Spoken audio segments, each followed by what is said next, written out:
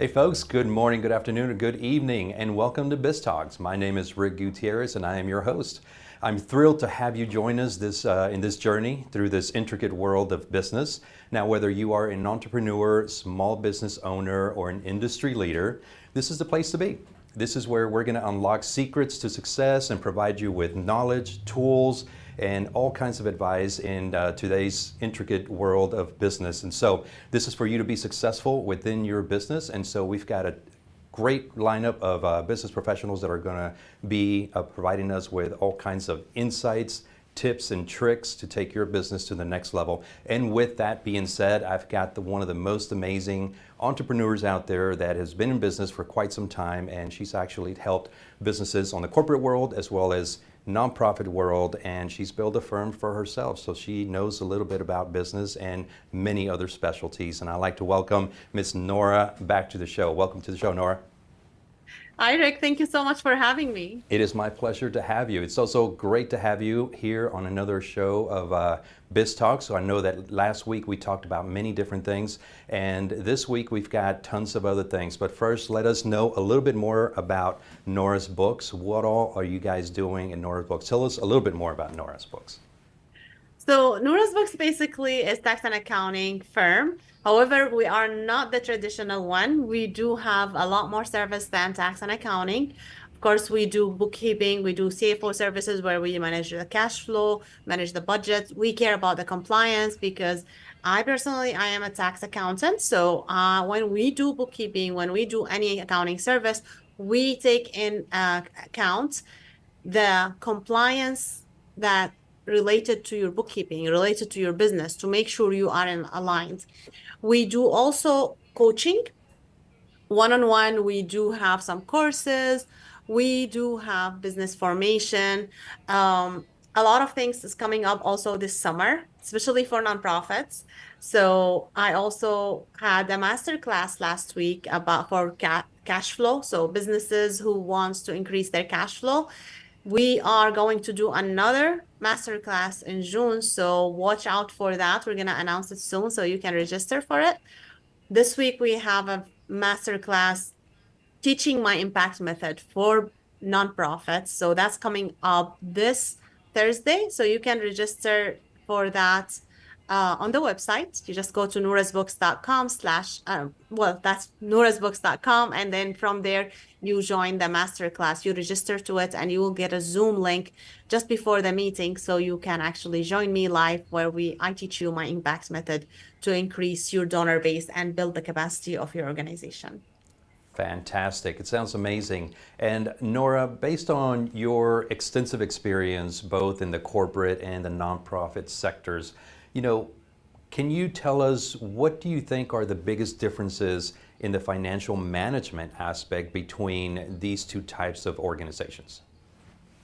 So in terms of corporate, like mainly like businesses, they have less requirements than actually nonprofits. With nonprofit, you have a lot more requirements from the IRS, from the state level, from the county level. You have a lot of compliance you need to adhere to. Now, in the business also you have that, but it's a little bit different. For example, for nonprofits, you have to report in your bookkeeping a different program with funding and with how much you spend for each program. You have to monitor that separately. While in business, you don't have separate program. Like, yeah, you might have like severance services, but it's much simple to account for that than just like doing that for nonprofits, where you have the eye of the funders, you have public information all over. It's just like you have public company, but it's a nonprofit. So people often think they do not have to invest when they do nonprofits, but actually you have to invest more because the expectation of you getting an order, your financials on order and everything is actually much higher, and you can get a steep penalty if you did not actually adhere to those regulations.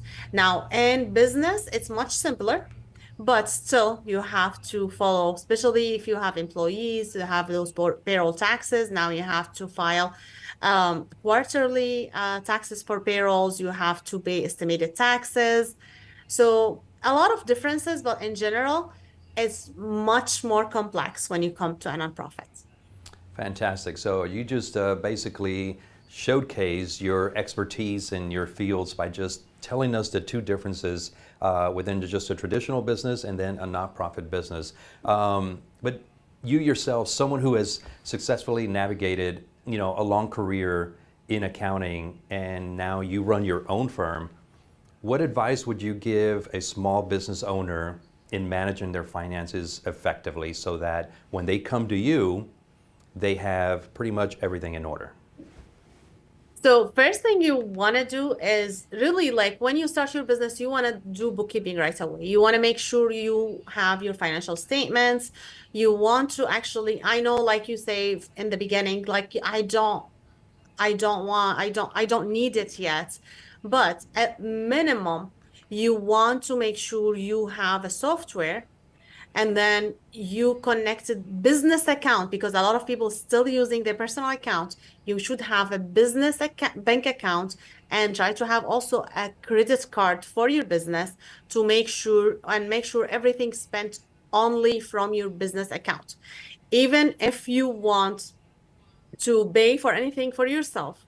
Don't spend anything directly from your business, even if you are sole proprietor, even if you are an LLC, where you know like you have to talk withdraw. Don't do that. Don't spend the money directly. You need to have this separation. So transfer the money to your account, personal account, before you spend it. Do not spend directly for personal stuff from the to the business and vice versa. You need to have that separation. So when we come to do your bookkeeping, it's much easier to do it. And don't delay that too much because you're gonna end up forgetting what you spend money for. At least like if you're not ready yet, at least have a spreadsheet or Google Sheet or whatever. Do write down what is it for. Keep your receipts, keep it organized. So when you are ready to hire someone to do your bookkeeping, then you have everything in order because you're gonna forget. A year later, a few months later, you're gonna forget what do you need, what did you spend this money for. Make sure, like for example, if you went out to eat with someone in a business meeting, make sure you keep that receipt. Make sure you count the mileage and put that in a spreadsheet. Take picture of those receipts because they're gonna fade off. So you want to make sure you have all this information. So when you are ready for service, it's easy for us to do it for you. And it's gonna be more accurate because you have all the information. And for us, we don't have to ask you 100 questions before we actually get everything in order for you.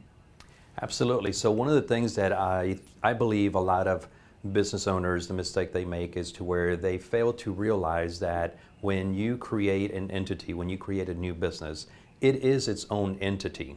It has to have its own records, its own financial records, and those records need to be as accurate as possible so that when you hire Nora's Books, it's an easy transaction to go through and a transition to go through to where Nora can help you as best as possible.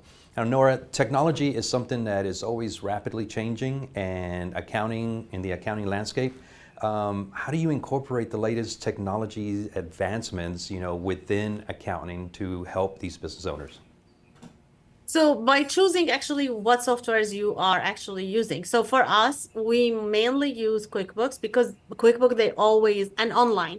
So it's not like we don't use any desktop thing because it's easier to integrate, easier to actually make sure we have everything updated. They update the software continuously. We use everything cloud-based, but yet secured to make sure we have the updates like easier. You don't have to uninstall and install, everything. And we make sure like any tool that can help our client. For example, we have a client management system that the client portal, like people can sign up there. We have also like for courses, we have like another program. Um, it depends on the service, but for bookkeeping, we always use QuickBook. Unless the client is using something else, we can help them, but we always recommend to use something like QuickBook, just because they are up to date. They always updating the software in a monthly basis almost. So you can utilize the technology, so you're not just wasting time with doing things that you don't have to do. Right. So it's amazing to use the right tools at every single time, because using the right tools can make you more effective, it can make you more accurate, and your business is going to stand out way better than just either using nothing and or using a very low budget tool for your financing. I believe, Nora, we've come to the conclusion of this segment, but I don't want to leave this segment without you telling your audience how we can get in touch with you so we can hire your services. So you can always go to nourasbooks.com/contact, book a time in my calendar. And from there, you can actually choose either like a phone call or a Zoom, and we can get on that time spot and we can discuss to see how can we help you. One more question before you go, and we can answer this quickly. Nora, you are available for speaking engagements, is that correct? Correct. All right, fantastic. So there you have it, folks. Nora's Books is the one to hire for all of your bookkeeping, keep all your finances straight, and using the right tools. So stay right there, folks. We'll be right back. This is BizTalks.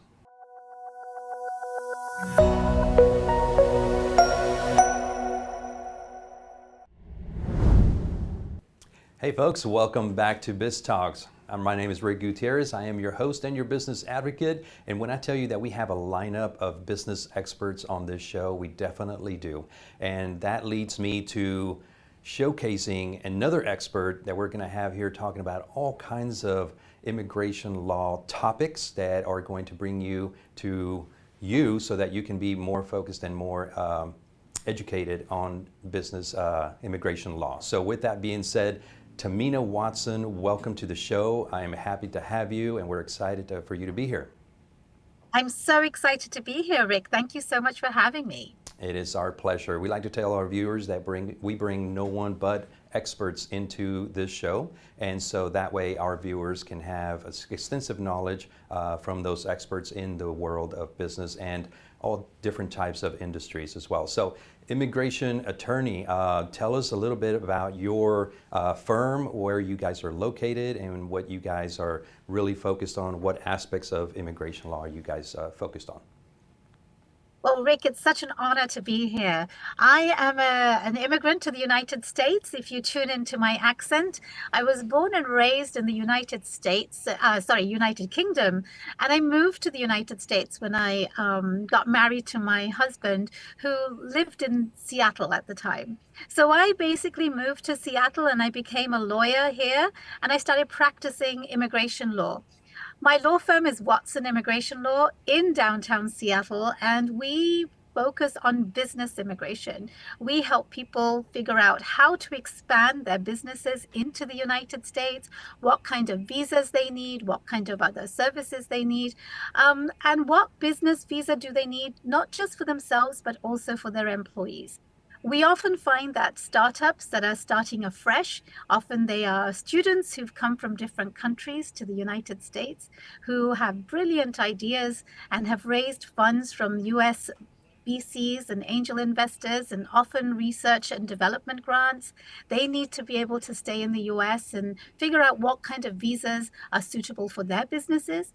But often, and Rick, you might see this often yourself, businesses that have been successful in a different country, whether you're from Mexico or Europe or South Asia, you have customer bases in the United States.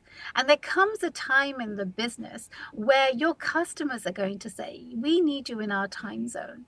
And if that happens, if that is you, that's where we can help you. That's where we help with the visa options, because the United States immigration system is not simple at all.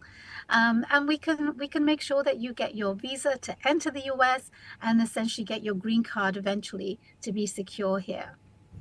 Fantastic. Thank you for the business introduction and your firm introduction. Amazing things that you guys are doing. As son of immigrants myself, I appreciate all the work that you're doing and helping as many people as possible. So let's talk a little bit about business, because you mentioned that you focus on helping businesses go through all of the requirements that they need for their employees. So startups and entrepreneurs that are facing they're facing a few challenges in navigating through the immigration system. How do you assist them in overcoming a lot of these hurdles within that realm? Really great question, because there's no one size fits all. Right. Yet we only have a handful of visas in this country that were set in the 1990s. What people need to be very careful about is we do not actually have a visa for startups. We do not have a startup visa. So I have been working over the years to create policies, help lawmakers and policies to create a startup visa. But what we do have is a visa soup, as it's generally referred to. So when somebody comes to us, the first thing we need to know is, where do they stand in their business? Have they started it already? Is it just an idea? Is it pre-revenue? Is it pre-seed? Or have they raised some funds? Have they gone through seed rounds or series rounds of funding? Do they have any employees already? Who needs the visa? Does the founder need the visa, or do their employees need a visa? Are they in the United States already?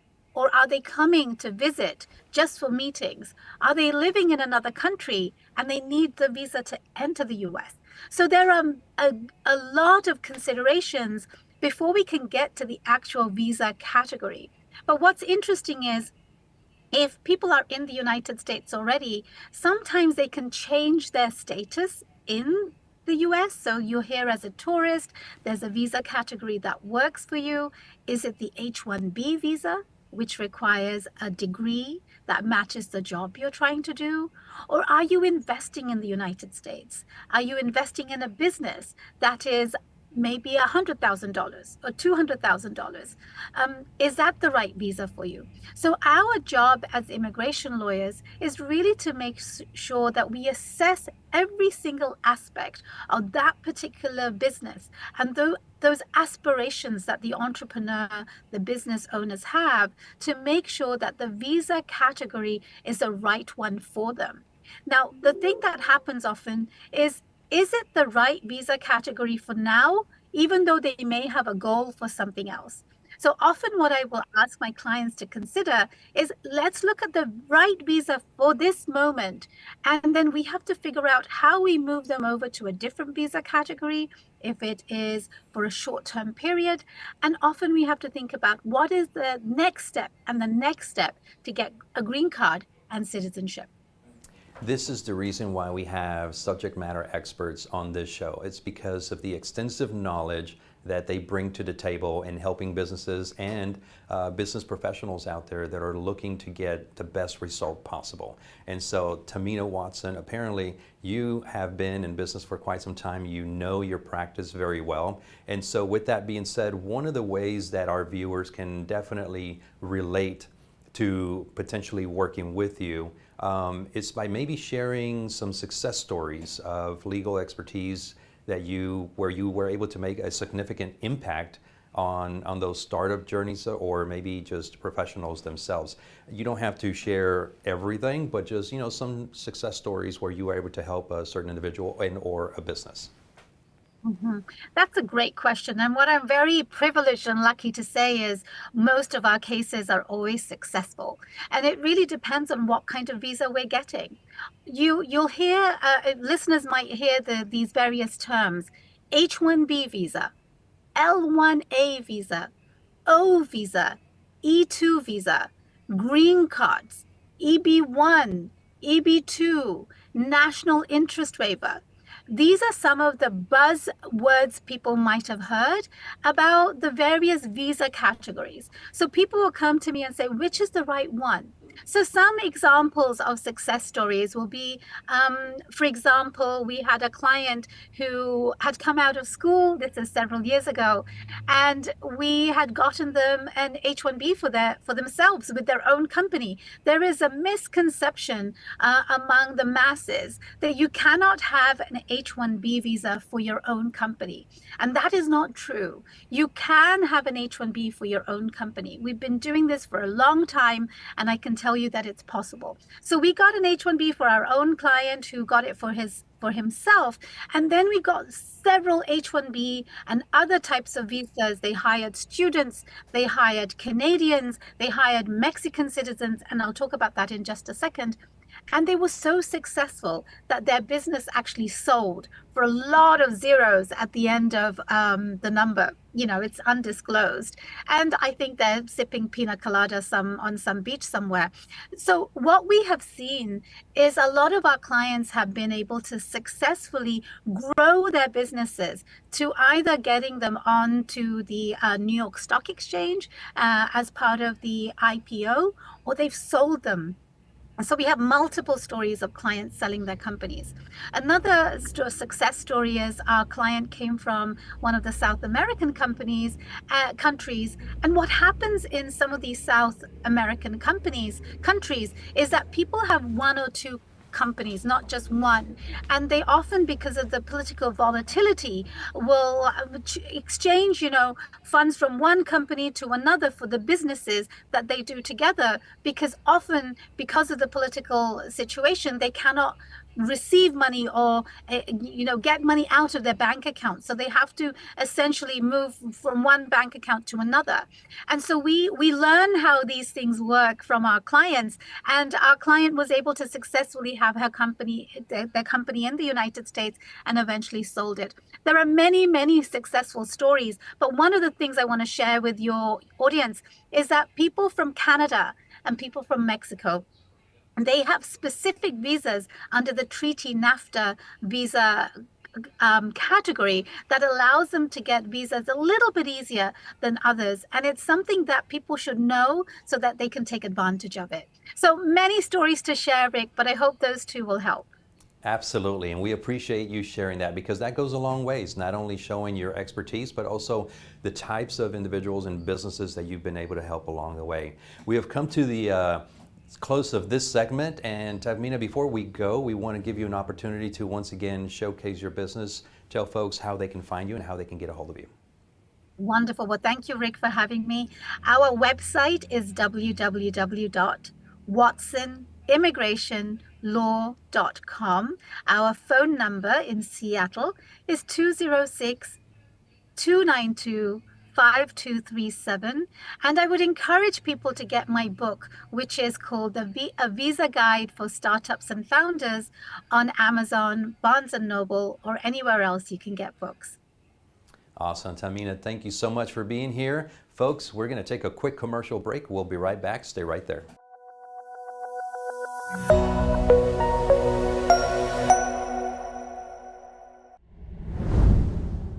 Hey folks, welcome back to BizTalk. This is Rick Gutierrez, your host and your business advocate. And just a little while ago, we were mentioning that we bring not one, but experts onto this show, subject matter experts that have been in business a long time. They know their industry inside and out. And we've got another amazing guest who is not a stranger to the show, but he brings an extensive amount of knowledge, especially in the world of AI. Dr. Alan Badeau, welcome to the show, sir.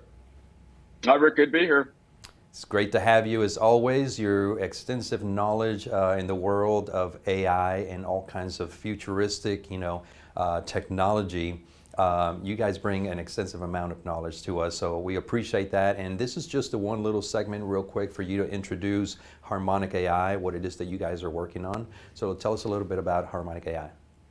Yeah, one of the exciting things about Harmonic is that we are trying to make the relationship between AI and humans significantly more seamless and much more productive in the long run. So we are taking and developing really from the ground up, the corpus of how they're going to operate, how they're going to behave, as well as specific characteristics that we want them to have, whether it is for instance, an engineer versus a CEO versus, somebody else.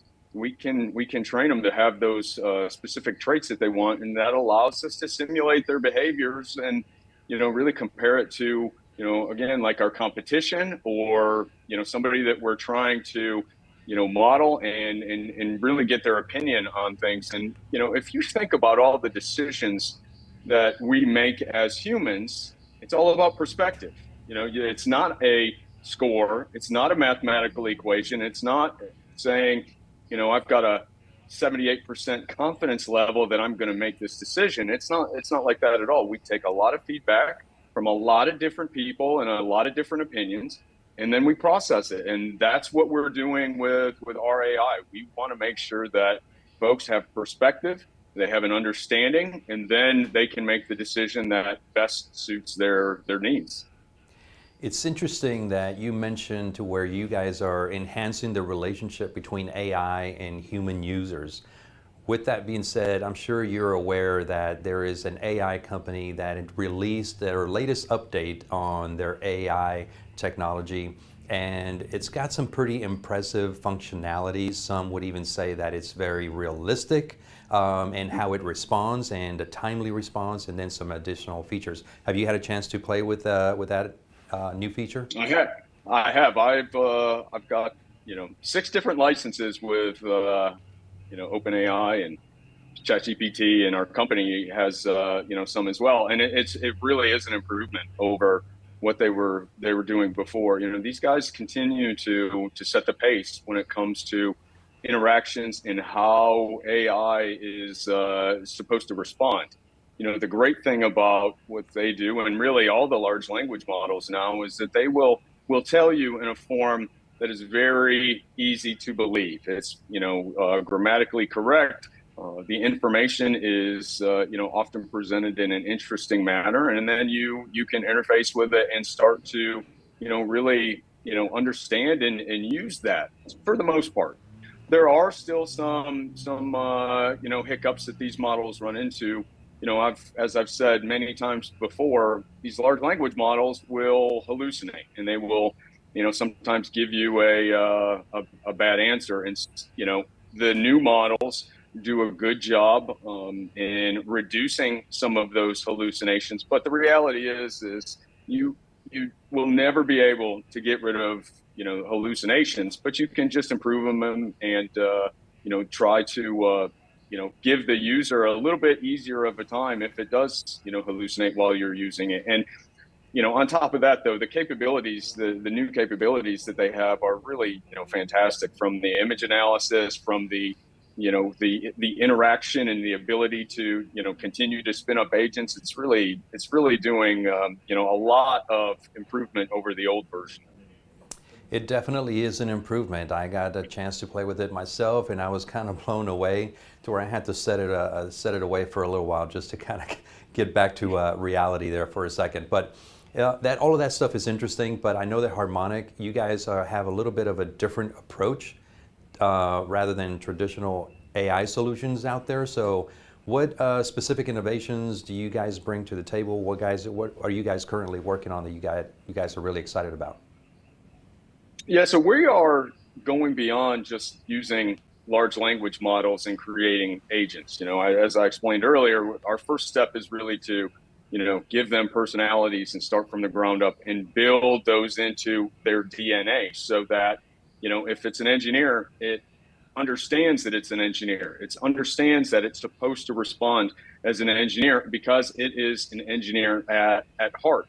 And, we can do that really for about 15 different job, in labor markets. And so that's where we fundamentally start. And then we can add tools and do specific training, to augment them. But we also are leveraging a whole bunch of different, AI fields to really give an answer that is much more realistic, allows us to, really take these, our, cognitive personas and apply them to very complex, situations. And, just as you would for, any other person that you are leveraging to help make that decision, we put boundaries on it, and we put quality assurance, and we do an awful lot of other things on top of that to make sure that the AI is giving you the best possible answer.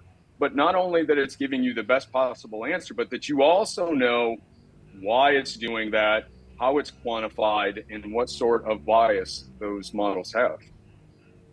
Absolutely. So it's an interesting topic because Many of the things that you guys are working on are basically not just for the now, but for the coming years, basically the future.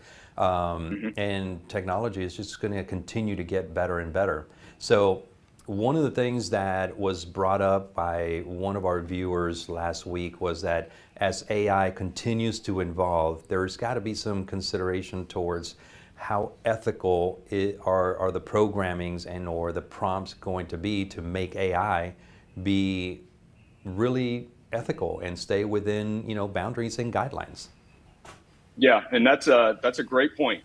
And what I would say is that let's not force AI to be more ethical than we force humans, right? And so I think that's step one.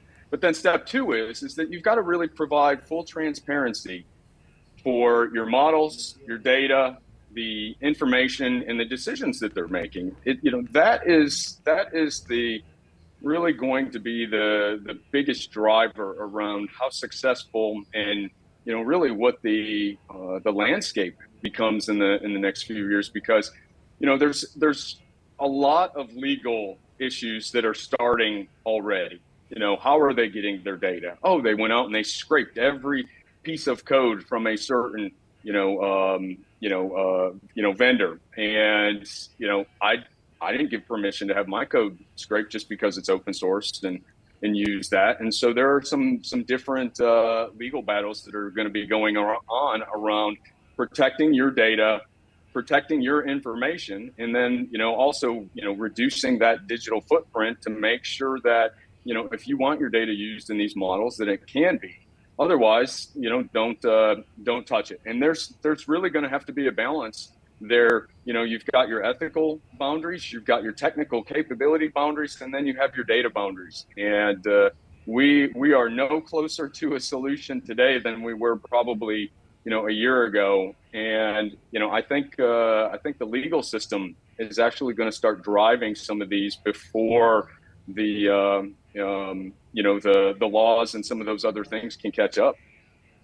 Absolutely. So with that said, do you think or do you believe that Harmonic is leading and or paving the way to being able to deploy a lot of these AI capabilities in a more responsible way, and you guys have ways of measuring to ensure that it's being put out to the public responsibly?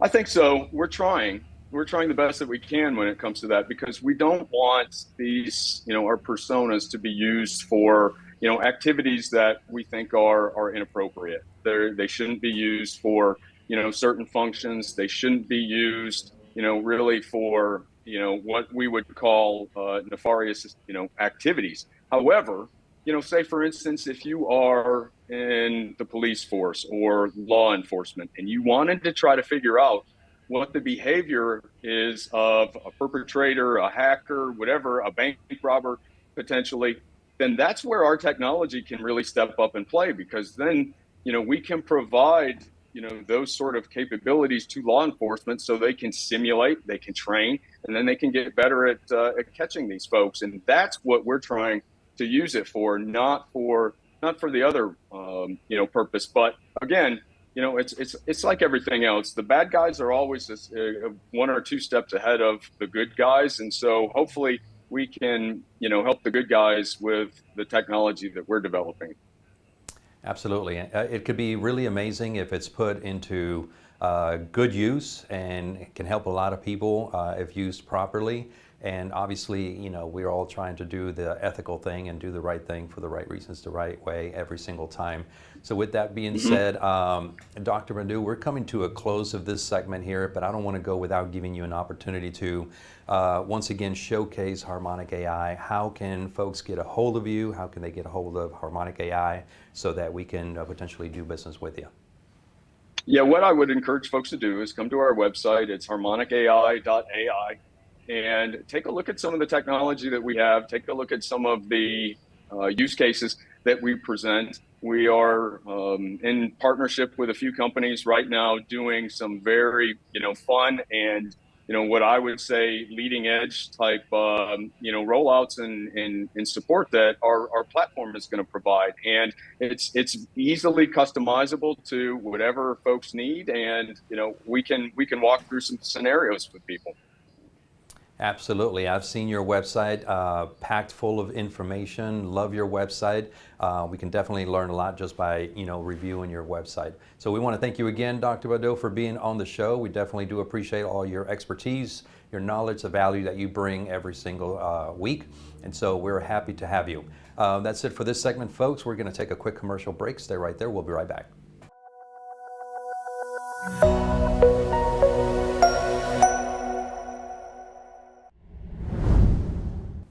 Hey folks, welcome back to BizTalk. This is Rick Gutierrez, your host and your business advocate, and we have an amazing guest in the studio today. And I am excited to have him on board because we're going to have an amazing conversation about different things about business. And so we're excited to have him and introduce Mr. Ryan Conn with CS Business Consulting. Mr. Ryan, welcome to the show. Rick, it's a pleasure to be here. Thank you for having me on. Well, thank you for being here, and welcome to Texas. Welcome to Houston. I knew you flew in from Kentucky, I believe. That's right, the western tip of Kentucky, Paducah. Hopefully Kentucky's having better weather than we are right now. They are right now, they are. All right, well, good. I'm hoping that your flight was good. We're happy to have you. We have an amazing conversation ahead of us. And so if you don't mind, CS Consulting, Business Consulting is something that business consulting in general is something that I'm very passionate about, especially for those businesses that need the consulting that don't know that they need the consulting, right? So, but you're the expert and you're going to teach us a little bit. I have a topic that I think it's crucial that we talk about because most people don't know, or sometimes they just forget, just because we're wrapped up in business in general. But sustainability practices in business, that's something that you have some expertise in. And so tell us a little bit about how CS Business Consulting helps business professionals in sustainability. Right, thank you, Rick. So we've helped a lot of business professionals in sustainability in kind of a two-pronged category. Sustainability as a working environment with people, personnel, the longevity of leaders and the business to basically not experience burnout or to experience some type of consumption by rising prices, inflation, and a product that stays stagnant. And then, of course, many of our clients, we have clients in 37 states at this point, deal with the actual sustainability issues of how do they maintain eco-friendly efficiencies, how do they keep their fuel in line, how do they get credits from the government for taking advantage of certain programs, and ultimately not damage their communities or the environment while producing a bigger, better product and growing as a company. You know, one of the things that you mentioned at the beginning was a business having, looking for something to help them propel forward, but they don't know what that is. And one of the things that they are facing, fatigue, burnout. It's a big thing, and it can affect, mental health, emotional health, and all of those great things. So how do you help these businesses, or first answer that question, how do you help these businesses, get to the point of recognizing when you need to start addressing some of these issues, and how do you help them? So that's a great question. How do they start recognizing the issues? Most of them are probably fairly organic. They know if they're hurting as far as morale, maybe people are leaving the company in droves, or we have a lot of turnover. In the last 20 years, finding the right employees and staff and then maintaining and retaining the right employees and staff has always been a top 10 issue. In just the last 5 years alone, it has been a top 1 issue or 2 issue across almost every industry in the country. So finding the top talent or retaining the top talent has been a critical issue. And that all boils down to leadership. So I do a lot of consultation on leadership and getting your foundation as a leader, making sure you have the mechanisms in place to build yourself up from a foundation and a cornerstone so you can build up or out with your business. If you do that and you rally people behind a mission and a vision with well thought out leadership, you're going to be able to sustain and then grow on top of that. Yeah. So one of the key elements in that topic is finding the right talent. I know that for a lot of businesses, that is a very challenging task, right? how are you helping these businesses find the right platforms to find the right candidates? Yeah, that's a great question. Most people can find the right talent by looking outside of the historical model. Most people are looking for some type of vast years of experience, some type of pedigree or credentials specific to their industry. And one thing that we really try to encourage people to do is find the right person, the right character, the right cultural fit to your organization, and then create the type of person you need out of the right individual. If you hire outside of the box of your industry, you will be shocked at the ideas and the workflow and the systems they bring into your company, and more importantly, the right attitude and work effort that you can then build upon and put skills. You can teach almost anybody a skill, but teaching somebody a character, an initiative, and a personality that fits your organization is overwhelmingly difficult to do. How critical is it for a company to hire based on the resume versus the personality and or the person? So the resume is important. It shows a background, it shows discipline, it shows consistency. But we have found, I'll just take a real example from us. We have found in the accounting world, if I sit back and I just try to find a 5, 7, 10-year experience CPA that's credentialed, I don't mean anything against CPAs because I love my work in the accounting industry, but generally, if they're leaving, I'm going to have to pay a substantial amount of money for those credentials. I'm going to get a lot of bad habits, and I'm going to get a lot of tunnel vision from how they used to do it their way at the old place, and I have to overcome all of those things while paying a lot of money overall. Or if I find somebody that has any type of experience in bookkeeping or accounting at all, they have maybe just a mathematically minded sense of themselves, I can then train those skills and develop them to the exact type of accountant I need, and the skills and the laws will fall into place. Sure.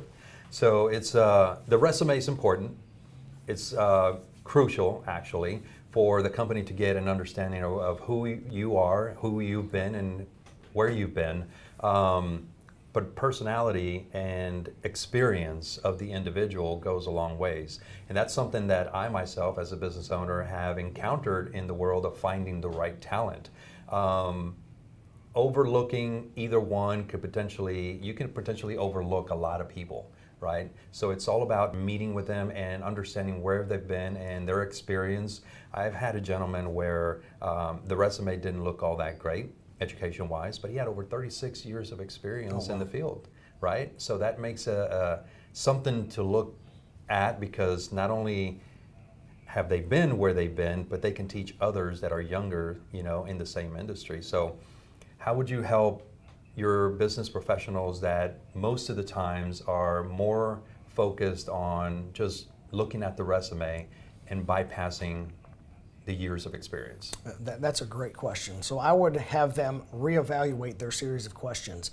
Our interview process here, and an interview process question that I help teach our clients and people looking to hire the right talent, I have asked a completely different set of questions. Like I said, the resume gets you in the door, and that's important. I need to check some boxes. That's very important. Otherwise, I'm going to literally create something from scratch, and I can't really do that in a feasible mindset. But I have to have questions based on leadership and conflict and failure and overcoming that. I have to have questions that are, hey, what do you do when you're in conflict? When you think somebody's done something right or something wrong? You disagree with a superior, how do you resolve that? An inferior disagrees with you, how do you resolve that? And now I'm starting to get how this person thinks and acts and works within teams and within a structure. If I can get somebody that is an eager beaver to learn, an eager beaver to work with a team and learn along those ways, that in addition to a resume that has any support of my industry at all is way more important than just a really strong resume. So you have to be asking those personality type, those initiative character questions to see how are they going to flourish in your company. Absolutely. So great conversation in terms of the resume, the personality when hiring the right candidates. But let's pivot a little bit in terms of the second thing that you mentioned at the beginning in terms of sustainability, the eco-sustainability. So how are you helping businesses in that term? That's a great question. So once you have the right people, you're going to be sustainable in the long haul as far as morale. But we have a lot of companies all over there in various industries, barge industries, railroad industries. We have people that run clay pits and rock quarries, huge fuel consumption, huge footprint into the actual earth, and they have to go through and just dig or work, and we look at ways to help them find sustainability with efficiencies. Okay? With those efficiencies, we're going to go ahead and identify them to them. We might do something with our accounting side. Take your financials, look at them over 2, 3, 5 years in the past, and start seeing those differential line items. Really, hey, you've been increasing massive percentages year over year in this category, and that's a red flag, or at least an orange flag that we need to address. And by the way, did you not know that there was a grant or a tax credit available if you were to pivot into this side of the industry? So we like to stay inside our wheelhouse, inside of the planning and tax liability consulting, but in doing that, having that broad measure, we're able to help people pivot their industry to gain new access to new funding and to also reduce these danger areas that are either hemorrhaging cash from their company or potentially damaging their communities and the environment. And that's just something that we can see from this 50,000 foot view, that when they're down in daily operations, they just can't pay attention to it. Absolutely. So there is a lot of information when it comes to sustainability in the eco space to be able to reduce a lot of the cost in business. And that is what Ryan Conn is an expert in. So Ryan, our viewers are going to want to know more about you. They're going to want to know more about CS Business Consulting. How can they get a hold of you? So the easiest way to get a hold of us is probably to go to the website, which is csbizcon, that's B-I-Z, csbizcon.com, or call our phone number, 270-442-6688, or if you want to shoot an email to me, Ryan at csbizcon.com, and that'll get the ball rolling, and we can really help people out in their specific area. One last question real quick before we go. Are you able to take care of anyone nationally, internationally? So nationally, we only have 1 or 2 international clients, and they were domestic clients that grew internationally. Mm-hmm. We like to keep our wheelhouse in the domestic as much as possible. Okay. If you are international, we actually have a person that we partner with that specializes in international tax, international law, in a relationship there that we can leverage. So we'll take anybody, but we may not personally be doing all of the international work in-house. All right. There you have it, folks. Ryan Conn with CS Business Consulting. Amazing information in all worlds of hiring the right candidates and mental fatigue and eco-sustainability in the business. And it's an amazing opportunity to have him here in the studio and learn from him and learn all the tips and tricks. So, all right, folks, that is it for the show today. We want to thank Ryan Conn for being on the show today. It's an amazing opportunity to have experts like Ryan to learn from every single week, and that is going to do for us today. We look forward to seeing you next week. Until next time, take care of each other. This has been a Now Media Networks feature presentation. All rights reserved.